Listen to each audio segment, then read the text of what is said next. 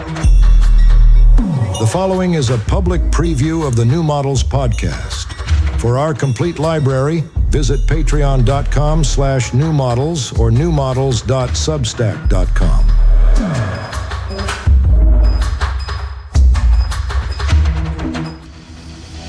You're now listening to New Models.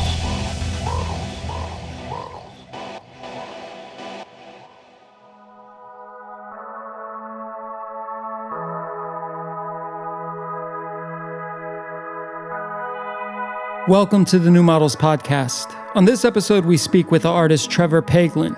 This summer, Paglen's work was on view here in Berlin at Neue Berliner Kunstverein with an exhibition titled Hide the Real, Show the False, and at Pace Gallery in New York with You've Just Been Fucked by PSYOPS.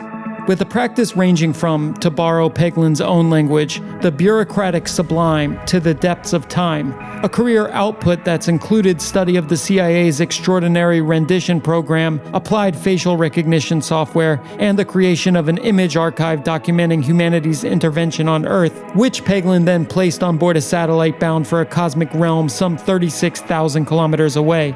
It's difficult to neatly categorize the object forms of what Paglen makes.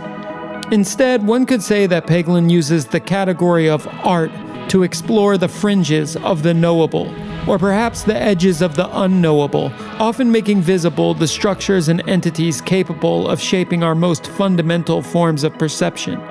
In his recent exhibitions, Paglen brought together a few different bodies of work to consider the terms of influence, past and present, not least the active role U.S. intelligence operatives played in the creation of the 20th century mythology surrounding UFOs.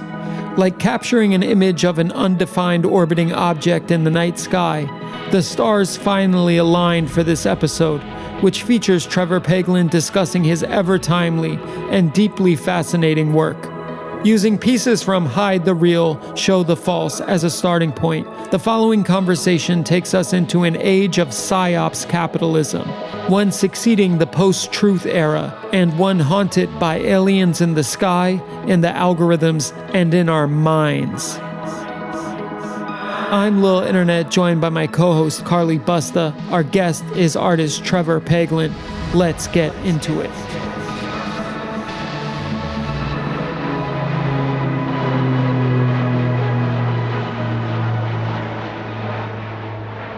So we're really thrilled to be joined today by Trevor Paglen, the Berlin-based American artist. Trevor has had two shows recently that have dealt with UFOs or UAPs, one here in Berlin at n.b.k called Hide the Real, Show the False, and another at Pace Gallery in New York called You've Just Been Fucked by PSYOPS. Trevor was kind enough to invite us to be a part of a panel discussion in Berlin 2 weeks ago. And while all this information, including the congressional hearings in the US about UFO disclosures, we thought now is the perfect time to talk to Trevor. And he's kind enough to make some time available to chat with us about his recent work and about maybe your practice in general. We're so thrilled to have you on the New Models podcast. So finally, welcome to the show. Well, I am just absolutely honored to be speaking to you. I'm such a huge fan of what you guys are doing, and I think it's so important. Really, a lot of the work that you've done has really revitalized my faith in art, to be honest with you. So I can't tell you how appreciative I am of what you guys are doing. I think it's just making an enormous contribution to culture. Well, wow, thank you. I mean, it's definitely mutual. The way in which you operate in the art space is certainly one that's super inspiring to us. Where we also have a baby here, so you may hear some of these sounds in the background. The way that your practice is one that, of course, you produce works that can exist in a gallery context, but it also far exceeds that. You're often bringing together documents, a journalistic practice, a practice with new technology, information science in general, and then you create these constellations, these groupings of different works around certain narratives. And the narrative that you've been working with, one of the narratives narratives you've been working with, in the past few years, but that came to a head in 2023 was this question of UFOs or UAPs, unidentified aerial phenomena. And so I think maybe as like a way of starting, maybe we begin with this body of work. I mean, I don't know if we should start with this great quote that you have. You've created a booklet linking some of these works that you had on view in Berlin, where you talk about us living in a world of relentless influence operations. We are racing through the world of surveillance capitalism into an era of PSYOPS capitalism. So maybe as an opening gambit, can you unpack that for us? Like, what is PSYOPS capitalism? And I love this idea of influence as something that links the present moment to the history of UFOs or UAPs. Yeah, so I mean, it's a big question and one that I think you've answered many other times in your own work, in the sense that looking at the media environment that we're in, it's an economy of attention, right? It's autonomy of clicks and likes and engagement. And seems to me that we're just getting started with that. I want to give a shout out to Jack Ricker and Gonzalo Yalchinkaya from Dazed in particular, who've both been writing about what they call PSYOPS realism. And that's a little bit different than what I'm talking about, but those are two people that I've certainly been in dialogue with in terms of trying to formulate some of these concepts. And so when I talk about this shift from surveillance capitalism to PSYOP capitalism, it's thinking about the fact that the older kind of business models, but it still very much exists, is, you have your Facebooks and your Googles that are kind of tracking you across the internet and selling metadata or data about you to advertisers, insurance companies, healthcare companies, what have you. And your fingerprint, for lack of a better word, is the product, right? And with the shift that has been going on for a while, but I think that will only accelerate, is to leverage that metadata in order to generate a media environment that's specifically tailored for you in order to extract as much value out of you as possible, right? And so when we look at marketing literature, for example, around older forms of marketing versus newer forms of marketing, it turns out that if you follow an influencer on Instagram, you're 11 times more likely to be persuaded to buy something if you're being spoken to in that way versus in a traditional form of advertisement.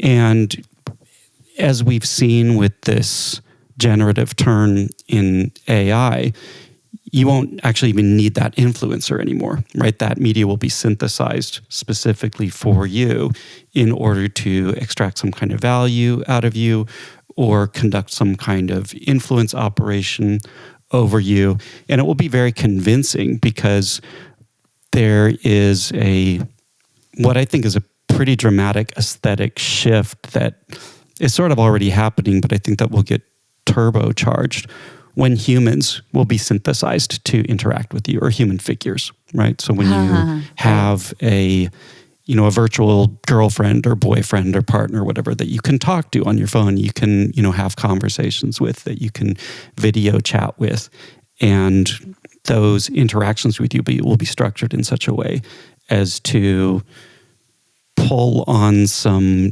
deep chords within you in order to manipulate you or extract value from you. And as I was thinking forward in time a little bit towards this kind of a media landscape, I was reminded of psychological operations, right? And that whole history of influence operations conducted by militaries and intelligence agencies.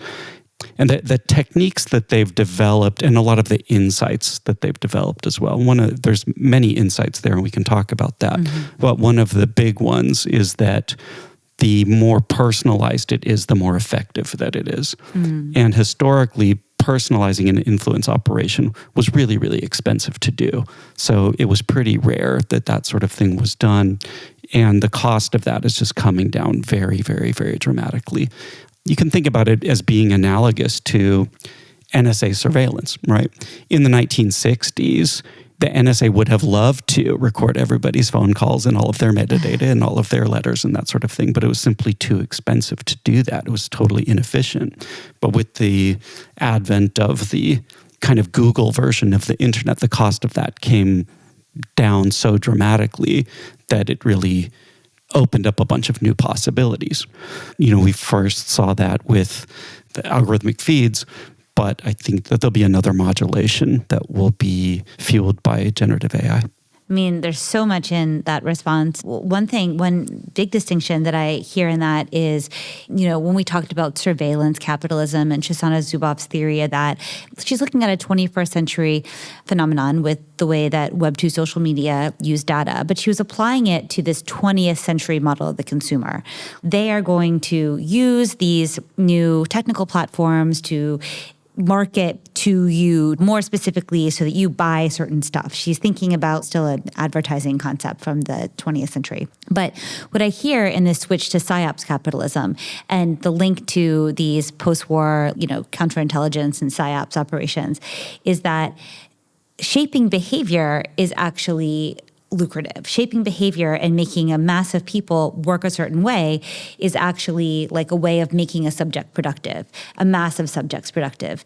And I think in this, there must be something that's linked to the breakdown of, mainstream media, 20th century media, and how do we effectively conduct a mass of people, or even not even a mass of people, even how do we predict or even influence, so predict and influence become kind of the same thing. Smaller groups of people in certain ways, and sometimes in adversarial ways, in order to make conflict that will then be productive because it will ensure engagement, or it will ensure distraction, or it will ensure some kind of control operation. And I think we have a fundamentally, what I think is super interesting in this switch from surveillance capitalism to PSYOPS capitalism, is the method of extraction or mining, the method of making a subject productive.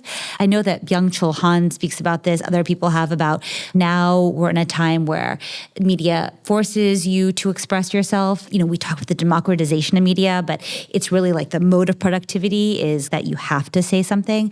So there's something that's super, super interesting in this change to psychological operation, because it also means there's something that's been internalized. It's not like the Foucauldian eye is looking at you from above. It's like the thing is in you somehow. It's in your body, causing you, like the worms that go into the cat's brains that make them toxoplasma Gandhi. Yeah, right, exactly. There's an alien force, to use the titular word, that's now in us. And so there's a very strange spatial shift that's happened in all this.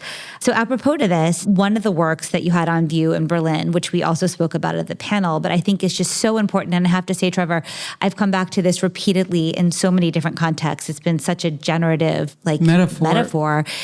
So there's a work called Palladium Variations. And actually, maybe I could ask you to explain it, because I think it's the perfect work to animate what we're talking about here. Well, just to underline a couple of things that you just said, which is that in this PSYOP capitalism mode, or whatever we want to call it, it's about more than just extracting value from you. It's about instilling or encouraging certain tendencies within you, playing on your emotions, amplifying your affects in order to prime you for extraction. So that's a part of it as well. And that's something that we've seen historically in advertising, that is trying to promulgate fear in order to try to sell you the antidote to that fear or what have you. But being able to do that at this individualized level in a context where I really know a lot about you because I have your whole metadata history. I can play on your fears of being a new parent, or I can play on your fears of whatever they might be. And so it's something that is potentially far more aggressive and far more manipulative than you would have seen in earlier forms of media. So to go to the Palladium variation sculpture, one of the bedrock concepts in PSYOP has to do with the fact that perception is plastic to a certain extent, and that you can play with that plasticity to try to get somebody to see what you want them to see or believe what you want them to believe, and by extension, do what you want them to do. This plasticity is used across many, many different forms, not only in traditional like human-to-human interactions, but in sensor environments or electronic environments, particularly in electronic warfare. So the CIA, starting in the 1950s, started building a series of really odd objects. And they were really influenced by work that was being done on new sensor systems, things like radar systems, anti-aircraft systems, infrared systems, this world of sensor systems that essentially can see or perceive, for lack of a better word, things that your eyes don't. And they were really influenced by something akin to the concept of stealth. And stealth was invented much earlier than a lot of people think it was. It was invented in the 50s and early 1960s. And the idea with stealth is that you build shapes, the shape of an airplane, for example, that will be invisible to a radar system because it's reflecting the radar waves in different ways. That concept, that idea of deceiving an electronic system extends much further out than just the concept of making something invisible. So they started experimenting with shapes that would look different depending on what kind of system you were looking at it with. So building shapes, for example, that to a radar system might look like a fleet of bombers, to a surface-to-air missile system might look like a UFO flying all over the place, and to an infrared system might be completely invisible. And the idea with these objects, and this is called the Palladium program, was that they, for example, would go take a submarine near a border that they wanted to understand the defenses of. And then they would launch one of these objects into the sky from a submarine. And the radar operator in the adversarial military would see what appeared to be a fleet of bombers showing up. And they'd be like, oh my God, a fleet of bombers is showing up. What are the early warning guys seeing, with the surface-to-air missiles? And they would light it up with their equipment and say, oh my God, I see, it looks like a UFO. It's flying all over the place. And they would scramble fighter pilots, and the fighters would go and look at the object and say, oh, I see something that looks like a weird floating metallic basketball. Right? And the point of creating these kinds of objects was to create something that would provoke as many sensor systems to light it up, as they call it. And then the object would have a sensor itself, and it would be collecting information about all of the different systems that were looking at it, right? And so I think about these things as like adversarial sculptures, for lack of a better word. And when you put this in the context of art history, it really reconfigures the way that you might think about something like minimalism or that kind of absolutely. thing in terms of the phenomenology of it, right? But what's interesting to me is that this was being done in the 50s and 60s already. And one can only imagine what kinds of things are being done in that arena now. But for me, it's a kind of crystallization of the weaponization of perception, in general. I mean, so just to make explicit the connection, say, to the way that something like that could operate in today's mediascape, you have any of these hot button topics like believe science or Black Lives Matter or any of these hashtagable things, which, for good reason have a lot of emotion around them. And different people will read those terms or those debates in very different ways and in adversarial ways. And the fact that they're adversarial is the point. I'm not necessarily saying that these are PSYOPs, but they were very good for the platforms in that they got everybody's attention. They created a lot of activity, which is, of course, good for the platforms. And they also had sensors kind of attached to them. So you could imagine Meta reading all the data that's coming in related to one of these mega terms so it could understand its demographic. And I'm not even saying they necessarily had like divisive intentions around doing it. But that is, I think, the way that it operated structurally.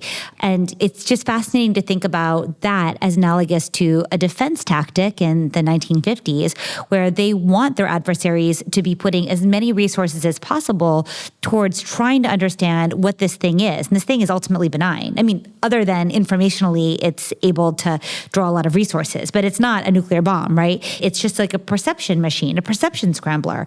And that's absolutely, I think, the kind of weaponry, for lack of a better word, or magic, or I don't know, that's being deployed now. Like mimetic objects that get lit up by as many different things as sides as possible. And of course, the agenda for the platforms is to collect as much of your time and attention as possible, which, of course, divisive things happen to occupy far more time than non-divisive things on these platforms. And there's a gamification quality to it as well. And I hope at some point we can also speak about your Cyclops work. But like, we're entering a new era of narrative production, perhaps, where, you know, it's more of a MMORPG. We want to be participants in the narrative production. And these kinds of hot button situations give us the opportunity to contribute information, to feel like we have agency, and we collectively build narrative through this.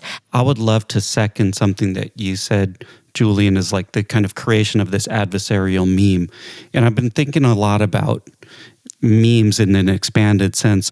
This term hyper meme keeps coming into my head, which is exactly objects like this or concepts that become real because you do perceive them and you perceive the reality of them. And they thereby take on a metaphysical quality that is a different sort of metaphysical quality than a concept like freedom or liberty, right? That there is a sort of quasi-materiality that they take on because they are perceptible. And also the palladium, the dress, that meme from whatever. The blue gold, or is it white? Some people saw as blue gold or others saw as black and white, whatever.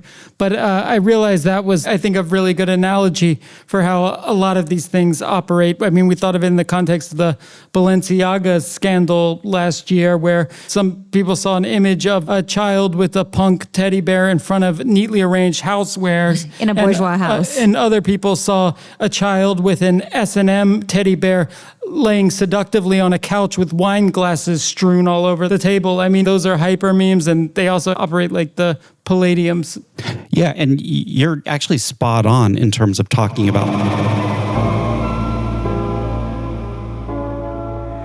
If you're hearing this message, you've completed the first step towards becoming a New Models member. To continue, visit patreon.com/newmodels or newmodels.substack.com. A complete library containing hundreds of rare New Models episodes awaits.